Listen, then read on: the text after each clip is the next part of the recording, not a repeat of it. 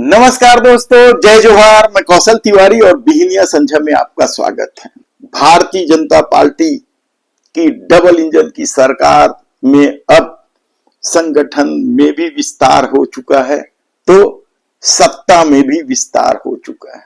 संगठन और सत्ता में विस्तार के बीच अधिकारियों का भी खेल धड़ल्ले से चल रहा है। मुख्यमंत्री सचिवालय के कुछ अधिकारियों का क्या खेल है, वे किस तरीके से अपने चला रहे हैं, भाई साहब लोगों की क्या स्थिति है, ये सब हम आने वाले दिनों में बताएंगे। हमारी टीम लगी हुई है। यदि आपने हमारे चैनल को सब्सक्राइब नहीं किया है तो प्लीज सब्सक्राइब कर लीजिए और बेल आइकन का बटन दबा दीजिए। आज हम बात कर रहे हैं भारतीय जनता पार्टी की राजनीति पर इस विस्तार का क्या प्रभाव पड़ेगा। संगठन के विस्तार से किस तरीके से जिले की राजनीति बदली है, तो मंत्रिमंडल के विस्तार से किस तरीके से क्षेत्रों की राजनीति बदली है, कहां किसका दम चलने लगा है और कहां किसकी स्थिति खराब हुई है। हम एक एक बातें हम क्षेत्रवार आपको बताते रहेंगे। आज शुरुआत कहां से करें? दुर्ग से, जसपुर से, बिलासपुर से, बस्तर से या राजनांदगांव से?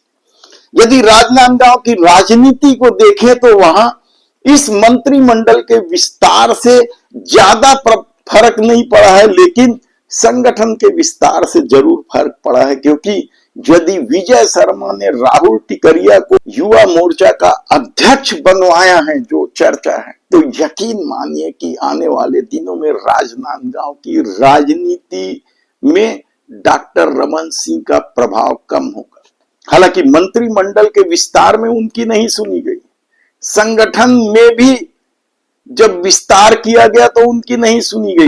पिछले कार्यकारिणी में डॉक्टर रमन सिंह के पुत्र अभिषेक सिंह उपाध्यक्ष थे, सांसद रहे हैं राजनांदगांव क्षेत्र के, जब डॉक्टर साहब मुख्यमंत्री हुआ करते थे। और पनामा पेपर लीक के मामले में भी उन पर आरोप है।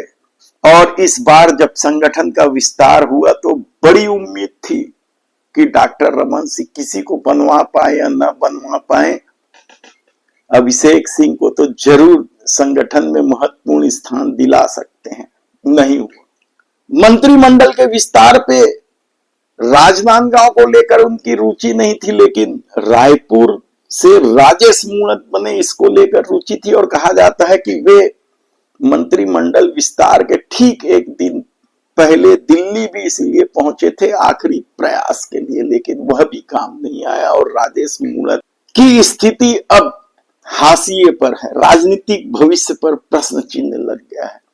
तो क्या आने वाले दिनों में अब राजनांदगांव क्षेत्र, कवर्धा और भी आप खैरागढ़ वाले पूरा जो इलाका है उसमें अब क्या विजय शर्मा की धमक बढ़ गई है, डॉक्टर रमन सिंह की नहीं सुनी जाएगी। क्योंकि एक टीआई को हटा को लेकर भी तो उनका पत्र जबरदस्त वायरल हुआ था और उनकी नहीं सुनी गई थी, बल्कि उस टीआई को महत्वपूर्ण जगह पोस्टिंग दे दी गई थी।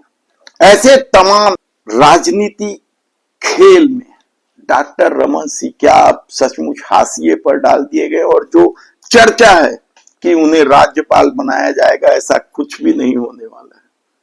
क्योंकि उसकी एक और वजह यह है कि यदि डॉक्टर साहब को राज्यपाल बनाते हैं तो फिर विधानसभा का एक सीट खाली होगा, जो चुनावी राजनीति में भारतीय जनता पार्टी के लिए वर्तमान में इजाजत नहीं देती। तब जसपुर की यदि बात करें तो जसपुर में राजेश अग्रवाल को मंत्री बना दिया गया, उस क्षेत्र में सरगुजा संभाग की बात कर रहे हैं।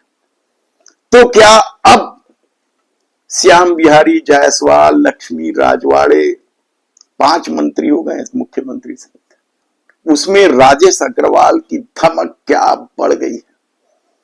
बाकी मंत्रियों के कद क्या अब छोटे हो जाएंगे? ये सवाल इसलिए भी उठ रहा है क्योंकि कहा जा रहा है कि राजेश अग्रवाल की नियुक्ति सीधे अडानी के थ्रू हुई है नहीं हुई है, ये एक अलग मसला है। संघ के मार्फत हुआ है। लेकिन जो जन चर्चा है कि अडानी उस क्षेत्र में अपना प्रभुत्व स्थापित करना चाहते हैं, बगैर रोक टोक के काम करना चाहते हैं, इसलिए राजेश अग्रवाल को न केवल भारतीय जनता पार्टी में लाया गया बल्कि उन्हें मंत्री भी बनाया गया। वे कांग्रेसी थे, बाबा के समर्थक थे। अचानक चुनाव के पहले भारतीय जनता पार्टी में आए, टिकट मिला और अब मंत्री बन गए। तो क्या सचमुच अडानी ने खेल खेल दिया है? क्या सचमुच भारतीय जनता पार्टी के सत्ता से लेकर संगठन में अडानी का दखल है? इन सवालों के बाद संगठन में भी तो वहां से जिस तरीके से खेल हुआ है, उसके बाद कहा जा रहा है कि विष्णुदेव साय और राजेश अग्रवाल, ये दो नेता वहां ताकतवर बनकर उभरे हैं। तो बस्तर में केदार कश्यप इकलौते हैं। हालांकि संगठन के मामले में देखा जाए तो जगदलपुर से विधायक हैं खुद किरण देव, वे प्रदेश के अध्यक्ष हैं और अपने हिसाब से उन्होंने संगठन में किसे क्या पद दिया है कहना बड़ा कठिन है, क्योंकि कहा जाता है कि संगठन के विस्तार में पूरी तरीके से विष्णुदेव साय की चली है।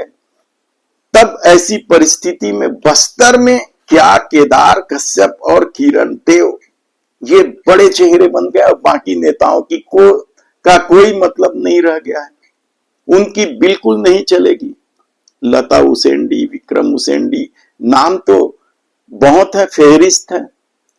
तब बस्तर में मोटे तौर पर आप ये मान लीजिए कि वहां किसी की चल रही है तो केदार कश्यप की चल रही है और किरण देव की चल रही है। बाकी नेताओं का अब दखल कम दिखाई देगा और ये नए समीकरण उभर कर आए। आज बस इतना ही। आने वाले दिनों में हम आपको महत्वपूर्ण जो बचे क्षेत्र हैं, रायपुर संभाग, दुर्ग संभाग और बिलासपुर संभाग की जानकारी देंगे कि इन क्षेत्रों में सरोज पांडे का कितना चल रहा है, तो टंकराम वर्मा और खुशवंत साहिब संभाग को कैसा संभालेंगे, अरुण साव और ओपी चौधरी क्या बिलासपुर संभाग को अपने अनुकूल कर लेंगे, धर्मलाल कौशिक, राजेश मूणत, बृजमोहन अग्रवाल, सुनील सोनी, ये तमाम लोगों की राजनीति क्या हाशिए पे चले जाएगी। इन सवालों का जवाब हम आपको आने वाले दिनों में जरूर देंगे, शीघ्र देंगे। आपने यदि हमारे चैनल को सब्सक्राइब नहीं किया है तो प्लीज सब्सक्राइब कर लीजिए, बेल आइकन का बटन दबा दीजिए। धन्यवाद।